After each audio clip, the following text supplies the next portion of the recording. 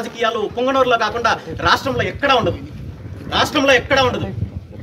ఒకప్పుడు మా ఏరియాలో చెప్పుకుంటుంటారు, ఏది వైసీపీకి సంబంధించిన కొంతమంది అభిమానులు మావాడు పులి సింహం అని చెప్పుకుంటా ఉంటే నేను కూడా ఒకప్పుడు నిజం అనుకునేవాడిని.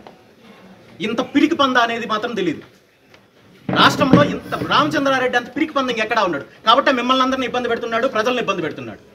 ఇంత చేతకాని దద్దమ్మ, చేతకాని దద్దమ్మ కాబట్టి మిమ్మల్ని వాడుకుంటారు. మరి మీరు సహకరిస్తున్నారు కదా, మీ డిపార్ట్మెంట్ సహకరిస్తా ఉంది కదా, కనీసం హైకోర్టు ఆర్డర్లు కూడా మీరు ఒబే చేయడం లేదు కరెక్ట్ గా.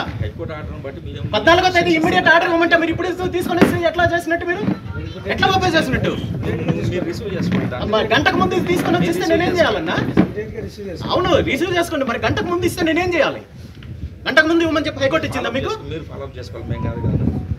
అంటే మేము ఆపేస్తాము, మేము మొత్తము ఇదేదో రామచంద్రారెడ్డి సామ్రాజ్యము ఆయన చెప్పింది మేము ఫాలో అవుతాము, మీరు చేసేది మీరు చేసుకోండి, మీరు కోర్టులకు పోండి, మీరు కోర్టుల చుట్టూ తిరగండి, మేము తప్పుడు కేసులు పెడతాము, మేము అన్ని రకాలుగా మేము ఇబ్బంది పెడతాము, మేము ఉన్నది మా డిపార్ట్మెంట్ ఉన్నది రామచంద్రారెడ్డి కోసం కానీ ప్రజల కోసం కాదంటారు మీరు.